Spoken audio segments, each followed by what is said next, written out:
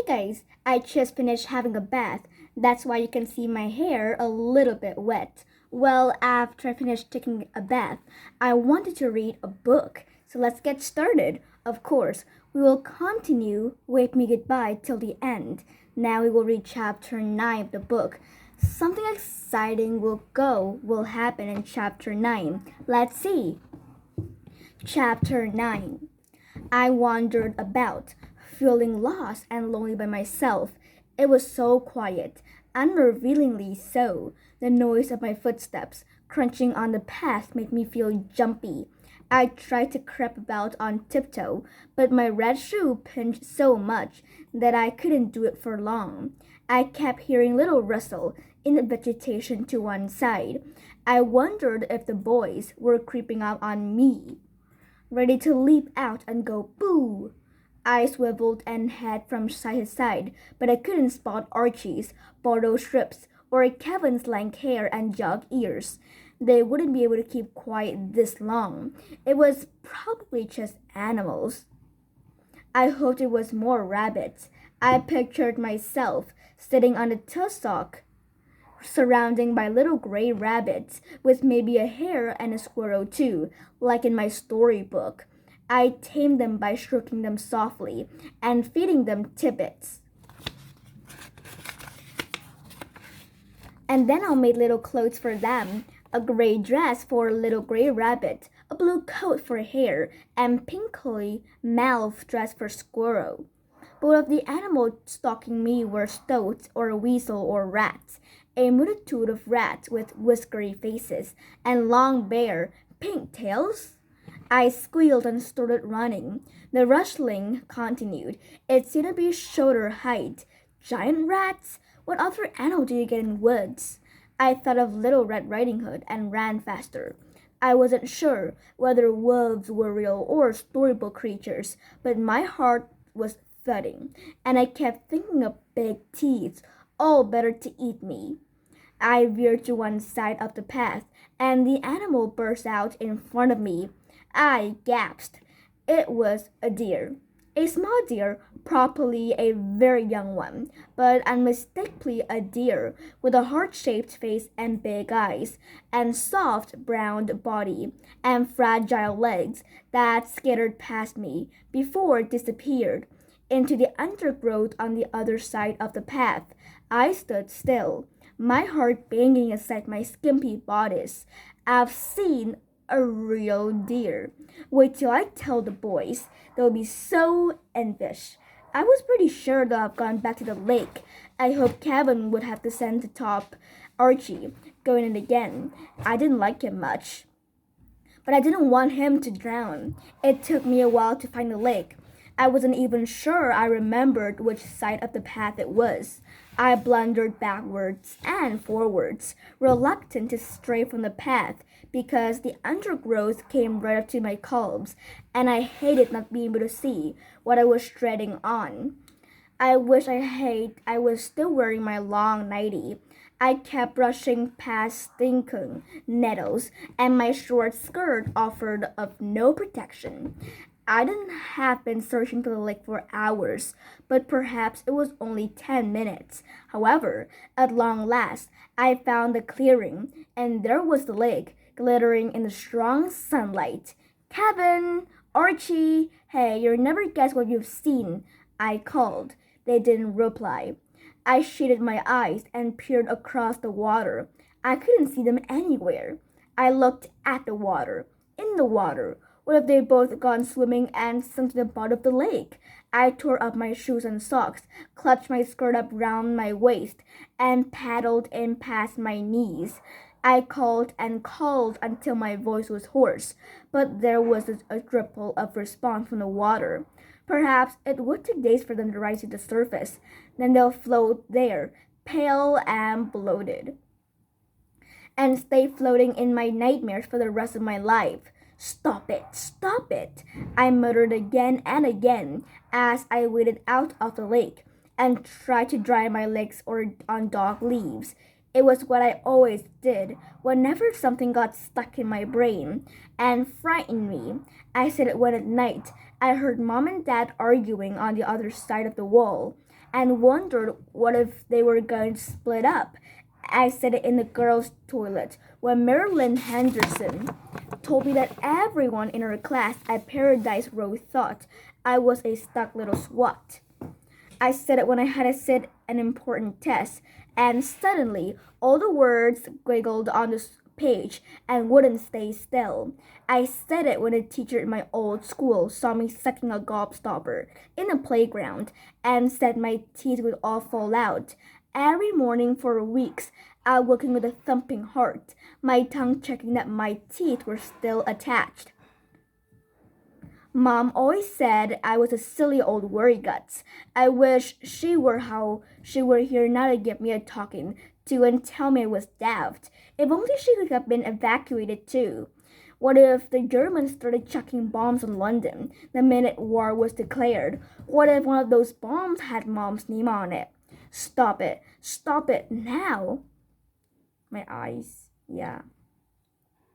I tried to distract myself by looking round. I gazed at the blue sky, the white clouds, at the gray water, the green reeds, the turquoise bird flying past me. Was it a kingfisher? I didn't know a sparrow from a starling, but I often seen the cover of the Observer books of British birds in the children corner of W.H. Smith. I was sure it was an actual kingfisher. This huge overgrown garden seemed like a nature lover's paradise. In the space of half an hour, I've seen a deer and a kingfisher. Perhaps I could find a notebook and a pen and keep a proper nature diary. Maybe I could turn it into a proper book.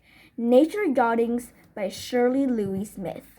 Age 10. It all appeared in the newspaper as a child genius, and Mom and Dad will be so proud of me. I'll have my very own book in Smith's. Maybe they'll shelve it beside Ballet Shoe, because my surname began with an S, and so did Nobel Streetfields. I wandered off, keeping my eye peeled for more nature with a capital N. Irritatingly, I couldn't even spot any rabbits with a capital N. I looked up into the trees for squirrel, but had no luck there either. I heard lots of birds and peered upwards until my eyes watered, but I couldn't see any of them. I realized that I wasn't really sure where I was going. I tried looking left. I tried looking right, but I couldn't find a path again. And without a path, I didn't know how to get back to the house. I'm not lost, I said out loud, trying to convince myself. I couldn't possibly be lost. I was simply in a great big garden, halfway up a hill. I reached the end of the garden. And then I could go through the gates with the little hearts. I needn't go back to Mrs. Waverly's half-empty house. I could head out to the village, walk right through it, and then up the other hill to find Jessica. She'll be so pleased and surprised to see me. She'll dodge past Sister Josephine, and we'll clasp hands and run away, and we'll take shelter in some woods. And it wouldn't be a bit scary because we'll be together. And I knew perfectly well there weren't any real wolves roaming wild nowadays. We'll build a little hut, a playhome like one in the Peter and Wendy, and we'll keep house together. And in the middle of the night, I'll sneak back to Mrs. Waverly to retrieve my books. And then we'll have our own library. We'll take it in turns reading our favorite passages out loud to each other. And if any strangers ever came near, we'll frighten them away. Go away, we'll shoot. Bang, bang, bang.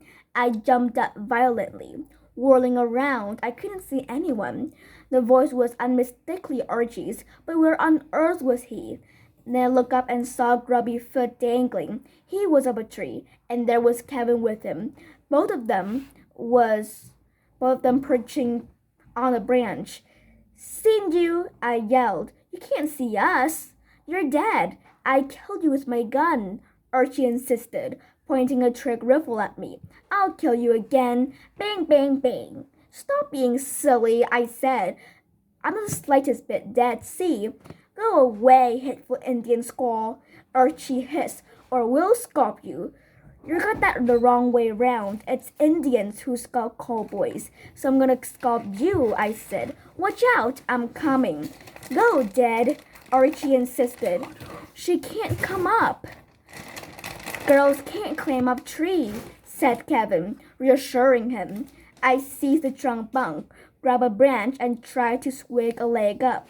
My red shoes were slippery, and I couldn't get a proper grip. See, she's useless, said Kevin, peering down at me. That made me all the more determined. I hauled myself upwards grimly, panting with effort. I grazed my front on the rough bark and felt my body's tear, but I decided to worry about that later. I dug my shoe into the crook of a branch, scraping my sore knees all over again. But I'm still hung on. I went higher, and then there was up on the branch with the boys. I've done it. I've climbed a tree. Budge over a bit. No! Archie yelled right in my face, poking a stick in my chest. I snatched it and broke it in two. My gun! He wailed. She broke my gun! He sounded heartbroken. I felt guilty. After all, he was only little. It's two guns now, I said. Not a boring old rifle. It's two stick shooters, so you can have one in either hand and shoot people much quicker. Then I'll shoot you. This is our tree and we've captured it, said Archie. And we're two cowboys, and we ain't afraid of nobody. Maybe we'll let her stay, said Kevin. We can play we've captured her, and now she had to be our slave and do all our cooking and stuff. No, you think you've captured me? I'm a very clever Indian princess, and this is actually an ambush. I have a deadly knife in my pocket. And when you two cowboys are asleep, I shall lift your throat, and then all your tettery will be mine, I said. You ain't got no knife, said Archie. I have so, I said. Should just have a twig like us, said Kevin. Oh yeah, I drew my penknife out of my skirt pocket triumphantly. God love us, exclaimed Archie. Even Kevin looked impressed. Let's see the blade then, he said. I pressed a little button and the knife sprang out. That's fantastic, said Archie. Where did you get a knife like that? My dad gave it to me, I said proudly. He never, said Kevin. My dad's got a knife like that, but he won't let me borrow it. He'll say he'd give me a walloping if I so much as touch it. Well, my dad never, ever wallops me, I said truthfully. And this was just his second best knife. His best knife is a huge gray cutlass, you know, those curved thingies like pirates hold in their teeth. The blade's so sharp it can cut a whole hand off, whoop, with just one blow. But he even lets me hold that. He says I can share it. I was telling downright lies now, but I thought it sounded impressive. Where is it then? I never saw no cutlass when all your stuff spilled out your suitcase. Oh, I haven't got it. My dad's in the army, and he needs it for fighting the Germans. I said, the Germans have got bombs, not knives. Said Kevin. Yeah, but this is a 4-man-to-4 combat, I explained. There you creep up on the enemy and slit the throat, or you kill them bang with your gun, said Archie. Let's play killing the Germans. All right, I'll be the captain, because I'm oldest and tallest. And I'll have the knife, and you can be my second in command, Archie, and you can shoot people with your guns, said Kevin. It's my knife, I said. I'm having a knife. You can because that you might win, and you can't do that because you have to be the German, said Kevin. No fear, I protested. Well, someone got to be the German, else how can we play killing them, said Kevin. He added pompously, just like a teacher. Be reasonable, Shirley. I was furious. You'll be blooming reasonable, I said. Mom would have fainted dead if she heard me say that word. But I need to shock the boys with the worst I could think of. And my dad made me swear I must never let anyone else have this knife, especially boys, because it's so sharp and dangerous, and the boys can't be trusted to be sensible. I said, I bet it's not really sharp, said Kevin. It's probably just a silly old knife used for sharpening pencil. He was spot on. Dad had given me a knife to put out points of my set of 24 Derwent Lakeland coloring pencil. It's the sharpest ever knife. I said, watch. I jabbed at the bark. The knife slipped and nicked my finger. You idiot, Kevin yelled, and Archie burst into tears. I was a bit startled too. I gazed at my finger. It's only a little scratch, I said. But as we all peered, a bead of red appeared and grew bigger and bigger. She's bleeding to death, Archie sobbed. I started to be scared that I actually was. I bit hard on my lip, trying not to cry. You need to bandage it, said Kevin. Quick. Oh well, haha.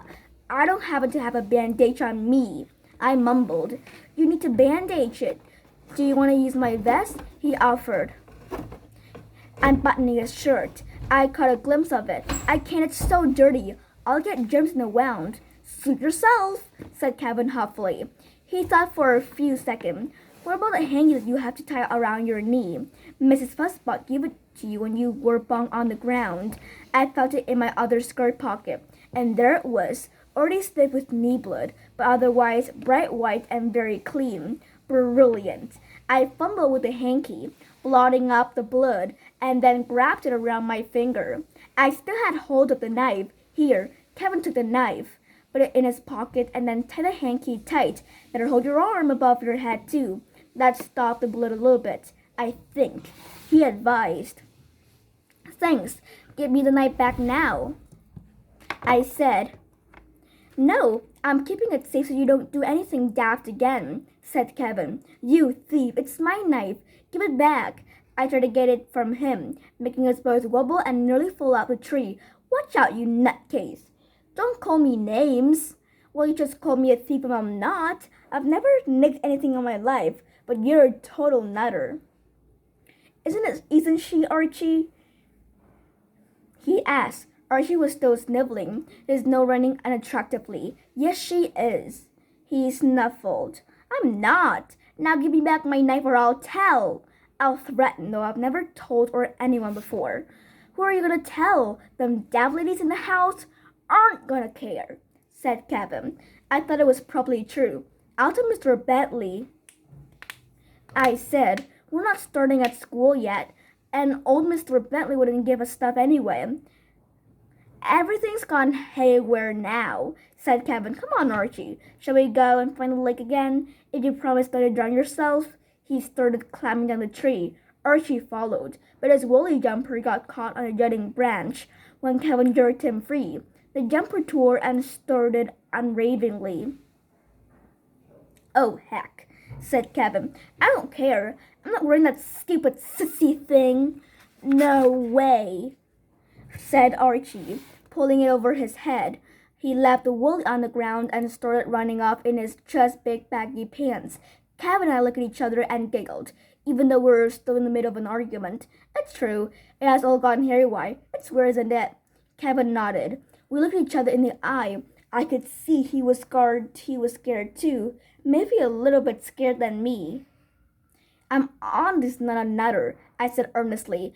I don't know how I managed to cut myself like that. I think I was just showing off. I'm not a thief either, said Kevin, and he took the knife out of his pocket and handed it to me. Thanks. I put it back in my pocket. If Kevin had been a girl, I suggested we'll link little fingers and say, make friends, never ever break friends, 'cause if you do, you'll get the cane. But I feel shy holding his hand, and I knew he would too. He jumped down from the tree, and then waited for me to clamber down. Come on, we better go after him, just in case he does some silly thing too, said Kevin. He's a funny little chap, isn't he? Especially in his pants. We both laughed as we watched him. He hung onto his twigs and was practicing shooting with alternated hands as he ran. Then a gunshot rang out, startling loud and unmistakably real. Birds flew high up the tree, crying in alarm. Archie dropped to me on the ground in his grumpy pants and lay very still. Oh, everything was going really exciting. A gun? Where is it? Is it a German? I don't think so, because we're in the garden. Well, let's see in chapter 10. Let's find out what is that gunshot. Bye.